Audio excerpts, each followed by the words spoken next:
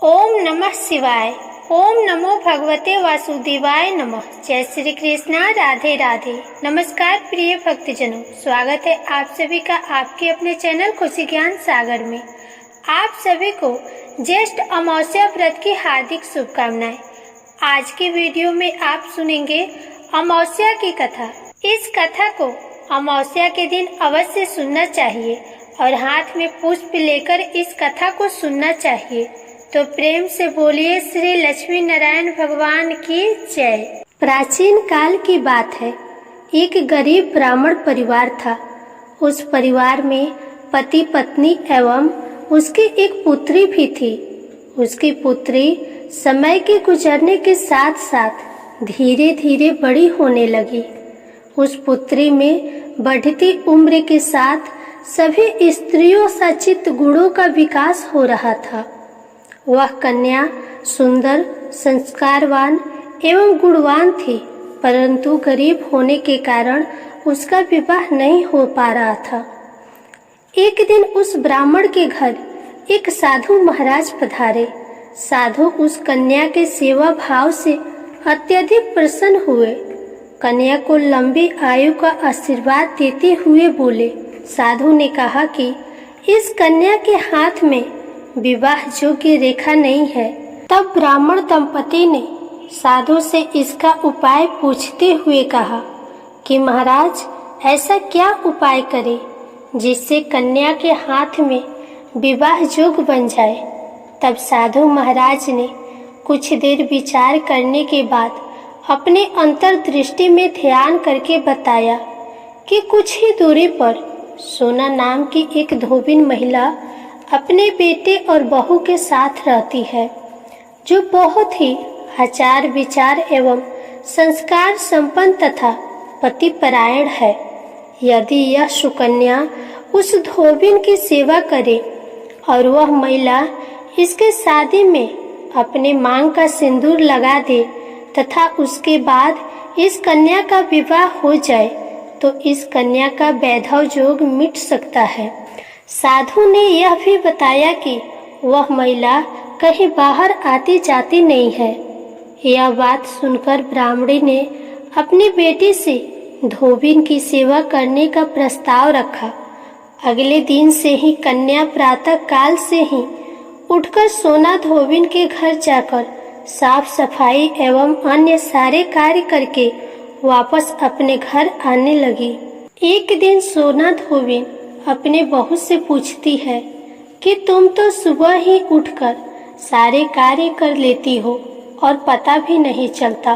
बहू ने कहा, माँ जी, मैंने तो सोचा कि आप ही सुबह उठकर सारे काम खुद ही खत्म कर लेती है। मैं तो देर से उठती हूँ। यह सब जानकर दोनों सास बहू घर की निगरानी करने लगे कि वो कौन है जो सुबह ही घर का सारा काम करके चला जाता है। कई दिनों के बाद सोना धोबी ने देखा कि एक कन्या अंधेरे में मुंह ढककर घर में आती है और सारे काम करने के बाद वापस चली जाती है। जब वह जाने लगी तो सोना धोबिन उसके पैरों पर गिर पड़ी और पूछने लगी कि आप कौन है और इस तरह छुपकर मेरे घर की चाकरी क्यों करती है। तब कन्या ने साधु द्वारा कही गई सारी बात सोना धोबिन को बताई। सोना धोबिन पतिपरायण थे, अतः उसमें तेज था। वह तैयार हो गई। सोना धोबिन के पति थोड़ा अस्वस्थ थे, तो उसने अपनी बहू से अपने लौट आने तक घर पर ही रहने को कहा। सोना धोबिन जैसे ही अपने मांग का सिंदूर उस कन्या के मांग में लगाया, सोना धोबिन का पति मर गया। उसे इस बात का पता चल गया। वह घर से निर्जल ही निकली थी। यह सोचकर कि रास्ते में कहीं पीपल का पेड़ मिलेगा तो उसकी पूजा करके और उसकी परिक्रमा करके उसके बाद जल ग्रहण करेगी। उस दिन जेठ अमावस्या थी। उसने पीपल के पेड़ का 108 बार परिक्रमा की और उसके बाद जल ग्रहण किया। ऐसा करते ही उसके पति के मृत शरीर में वापस जान आ गई। धोबिन का पति फिर से जीवित हो गया। इसलिए जो भी अमावस्या का व्रत करता है और पीपल के पेड़ का 108 बार परिक्रमा करता है, उसके सभी प्रकार की विपत्तियां टल जाती है। तो प्रेम से बोलिए अमावस्या माता की जय।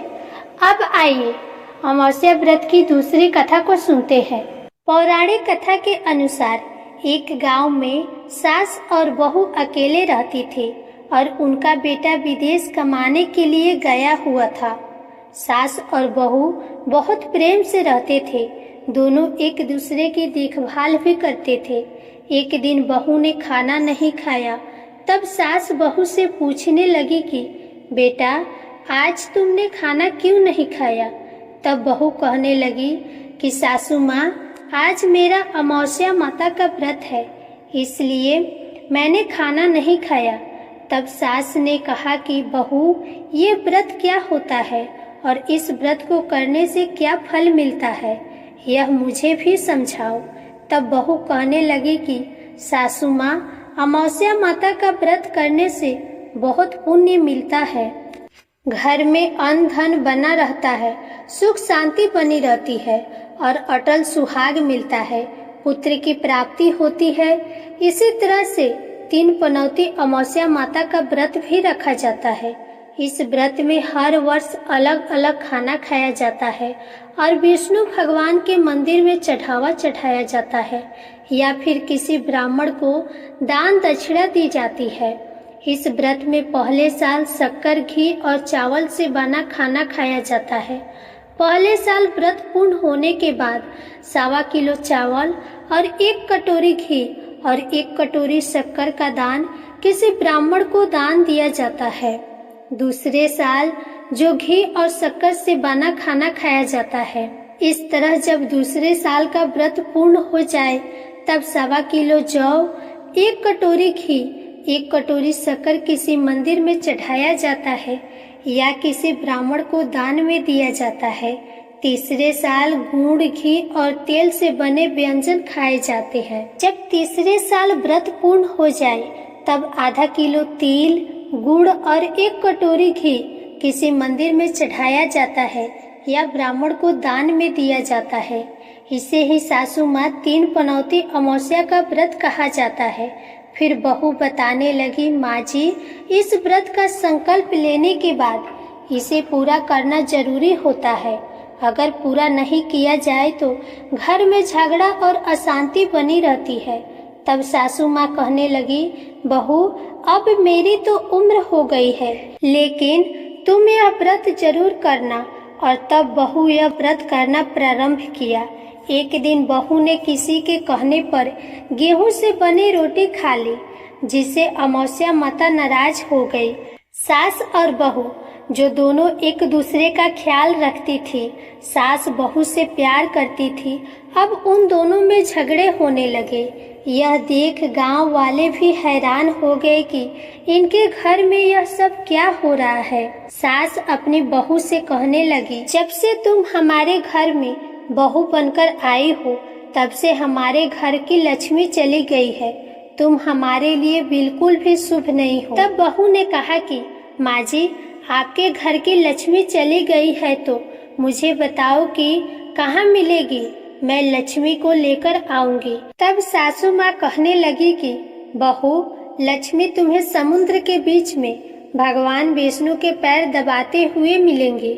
यह सुनकर बहू ये कहकर चली जाती है कि माँ जी, अब तो मैं लक्ष्मी जी को लेकर ही आऊंगी, नहीं तो मैं इस घर में पैर नहीं रखूंगी। ऐसा कहकर बहू लक्ष्मी की खोज में चली गई। जब बहू लक्ष्मी की खोज के लिए निकली तब उसे बीच रास्ते में गाय मिली। गाय बहू से पूछने लगी कि आप कहाँ जा रहे हैं। तब बहू कहने लगी, गाय माता, मेरी सास कहती है कि मेरे आने से उनके घर में अन्न धन की कमी हो गई है और उनके घर की लक्ष्मी चली गई है, तो मैं लक्ष्मी को लेने जा रही हूँ। तब गाय माता कहने लगी कि बेटी, अगर तुम जा ही रही हो तो भगवान से मेरे बारे में भी पूछ लेना। बहू कहने लगी कि ठीक है गाय माता, मैं आपके बारे में भी पूछ लूंगी। तब गाय माता कहने लगी कि जब मेरा बछड़ा होता है तब वह मर जाता है, जिंदा नहीं रहता। तुम लक्ष्मी जी से पूछ लेना कि आखिरकार मेरे साथ ऐसा क्यों हो रहा है। मैंने ऐसे कौन से कर्म किए हैं जिसकी सजा मुझे मिल रही है। तब बहू कहने लगी, गाय माता, मैं आपके बारे में जरूर पूछ लूंगी। ऐसा कहकर बहू आगे बढ़ गई। जब आगे बढ़ी तब रास्ते में उसे घोड़ी मिली जिसके गले में घंटी बंधी हुई थी। घोड़ी ने कहा, बेटी, तुम मेरे दुखों का निवारण लक्ष्मी जी से पूछ लेना। बहू कहने लगी, मैं जरूर पूछ लूंगी। ऐसा कहकर बहू आगे बढ़ गई। आगे जाते ही बहू को एक अंधा और बहरा बुजुर्ग मिला। उसने भी बहू से अपनी समस्या के निवारण के लिए पूछने को कह दिया। तब बहू उसकी समस्या भी भगवान से पूछने को कहकर आगे बढ़ गई। आगे जाते ही बहू को एक बूढ़ी औरत मिली जो कि हाथ और पैर से अपाहिज थी। उसने भी बहू से कहा कि बेटी, तुम जब भगवान से मिलो तो उनसे पूछना कि आखिरकार मैं अपाहिज क्यों हुई, मैंने ऐसे कौन से कर्म किए थे। तब बहू उसकी समस्या पूछने के लिए तैयार हो गई और फिर आगे बढ़ गई। आगे जाते जाते बहू बहुत थक गई और एक आम के पेड़ के नीचे बैठ गई। आम का पेड़ बड़ा खुश होकर बहू से पूछने लगा कि बेटी, तुम कहाँ से आई हो और कहाँ जा रही हो।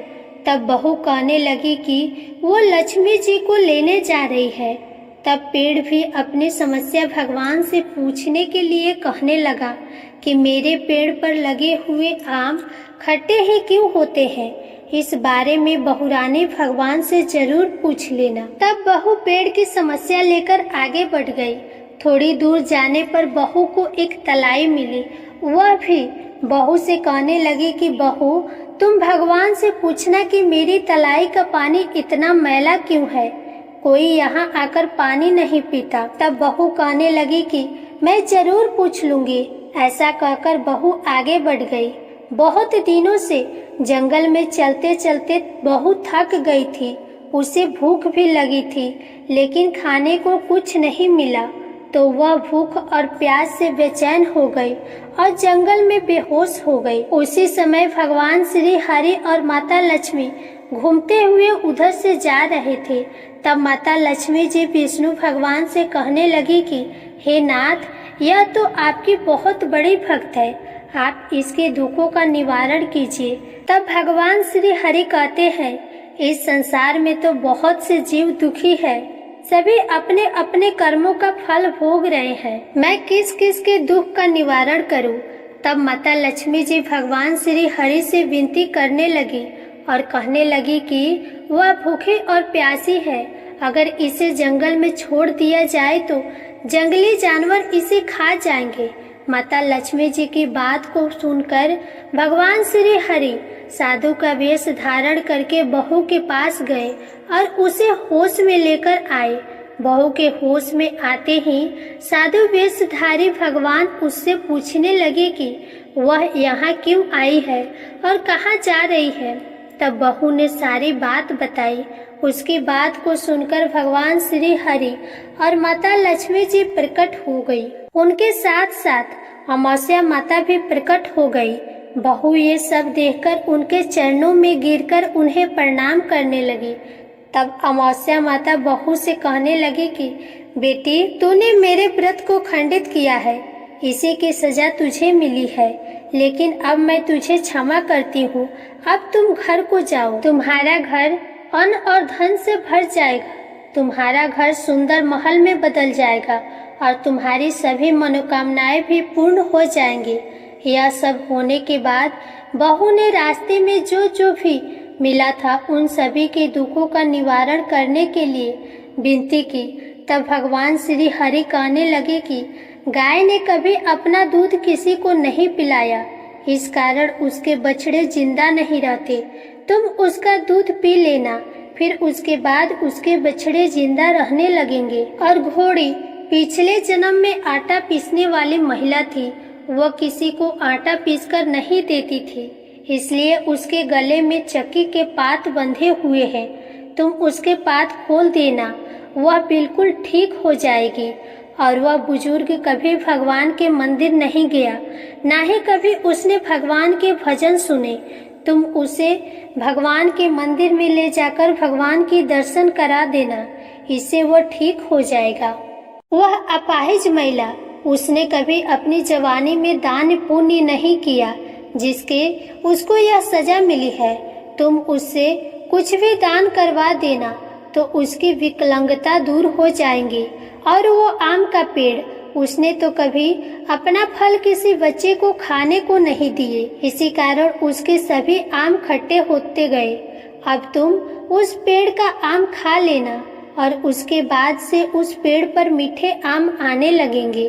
और तलाई का पानी पिछले जन्म में देवरानी जेठानी थी, जो हमेशा आपस में झगड़ा करती थी, इसीलिए उसका पानी मैला है।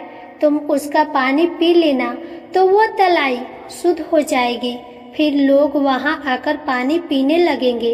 इस प्रकार बहू ने भगवान श्री हरि, माता लक्ष्मी जी और अमावस्या माता को प्रणाम किया, उन्हें धन्यवाद दिया और अपने घर के लिए तैयार हो गई। रास्ते में उसे जो जो भी मिला, उनकी सभी समस्या भगवान के कहे अनुसार वो दूर करती चली गई। सभी ने उसे भर भर कर आशीर्वाद दिए। घर पहुंचते ही उसका टूटा फूटा घर एक सुंदर महल में बदल गया। उसके घर में अब अन्न और धन के भंडार भर गए। अब बहू ने सासू माँ से कहा कि सासू माँ, आपने तो सच में कहा था कि मैं आपके लिए शुभ नहीं हूँ। मेरे जाने से ही आपके घर में लक्ष्मी आई है। आप यहाँ रहिए, मैं मरने जा रही हूँ। तब सास ने कहा, बेटी, ये सब तुम्हारे अमावस्या माता के व्रत करने का फल ही है जो हमें मिला है। तुम यहीं पर रहो, तुम यहाँ से कहीं नहीं जाओगी। इस प्रकार सास और बहू खुशी खुशी रहने लगे। और फिर एक दिन सास का बेटा भी विदेश से वापस लौट आया और घर में जब उसने खूब धन दौलत और धन के भंडार देखे, तब उसकी माँ ने सारी बातें अपने बेटे को बता दी। इस प्रकार वे लोग खुशी खुशी रहने लगे और तीनों मिलकर अमावस्या माता के व्रत को रखने लगे। प्रेम से बोलिए अमावस्या माता की जय। इस कथा को कहने वाले, सुनने वाले और हुंकार भरने वाले सभी भक्तों के घर में धन्य धान्य के भंडार भरना, सभी की रक्षा करना। हे अमावस्या माता, आप सभी की रक्षा करना। प्रेम से बोलिए अमावस्या माता की जय। अब आप सुनिए गणेश भगवान जी की कथा। एक साहूकार था, उसके घर रोज एक ब्राह्मणी रोटी लेने के लिए आती थी। घर के अंदर घुसते ही पोल के ऊपर गजानन जी का मंदिर था। वह गणेश जी को रोटी का एक कवर भोग हमेशा लगाती थी। बहुत दिन हो गए। गणेश जी महाराज ने कहा कि यह मुझे हमेशा भोग लगाती है, मुझे इसे कोई न कोई उपहार जरूर देना चाहिए। गणेश जी एक दिन उसके थाली में हीरे मोती भर देते हैं। ब्राह्मणी तो थाली लेकर अपने घर आ गई और साहूकार के घर रोटी लेने आना बंद कर दी। साहूकारनी ने उसे बुलावा भेजा कि बाई, रोटी लेने के लिए क्यों नहीं आती हो। ब्राह्मणी ने कहा कि मुझ पर गणेश जी प्रसन्न हो गए, बहुत वर्ष तक रोटी लेने आ गई, परंतु अब नहीं आऊंगी। साहूकारनी मन में बहुत नाराज हुई और गणेश जी से कहा कि आप ब्राह्मणी के ऊपर प्रसन्न हुए, परंतु मुझ पर नहीं। तब गणेश जी की मूर्ति हटाकर बाहर फेंक दी। इधर सेठ जी की दुकान में धंधा पानी बंद हो गया। एक दिन सेठ जी की नजर पोल के मंदिर पर गई तो सेठानी जी से पूछा कि गणेश जी कहाँ गए। तो साहूकारनी ने कहा कि ऐसे गणेश जी का क्या करें जो ब्राह्मणी पर तो प्रसन्न हो गए लेकिन हमारे ऊपर प्रसन्न नहीं हुए, इस कारण मैंने गणेश जी को बाहर फेंक दिया। तब सेठ जी ने कहा कि यह तुमने क्या किया, मेरा तो व्यापार और धंधा चलना बंद हो गया है। गणेश जी तुमने कहाँ फेंके हैं, जल्दी बताओ, मैं उन्हें वापस लेकर आता हूँ। साहूकार जी वापस से गणेश जी को लेने गए तो गणेश जी इतने भारी हो गए कि वे उठे ही नहीं। साहूकार जी ने कहा कि मेरे से गलती हो गई है, आप मेरे घर पधारिए। गणेश जी तो और भी भारी होते गए और कहा कि मैं तो नहीं चलूँगा, पहले साहूकारनी को बुलाकर यहाँ लाओ और वह मुझसे माफ़ी मांगेगी तो ही मैं चलूँगा। और गणेश जी ने कहा कि मुझे हमेशा 1.25 सेर चूरमा का भोजन कराओगी तो ही मैं चलूँगा। साहूकार साहूकारनी को लेकर आए और उसे माफ़ी भी मंगवाई और 1.25 सेर का चूरमा चढ़ाने की हाँ भी भरी। तब साहूकार और साहूकारनी ने गणेश जी को वापस घर में लाकर उन्हें पोल में बिठाया। ऐसा करने पर साहूकार का व्यापार फिर से चलने लगा। हे गणेश जी महाराज, जैसे साहूकार और साहूकारनी पर आप प्रसन्न हुए वैसे सभी पर अपनी कृपा बनाए रखना। प्रेम से बोलिए गणेश भगवान की जय।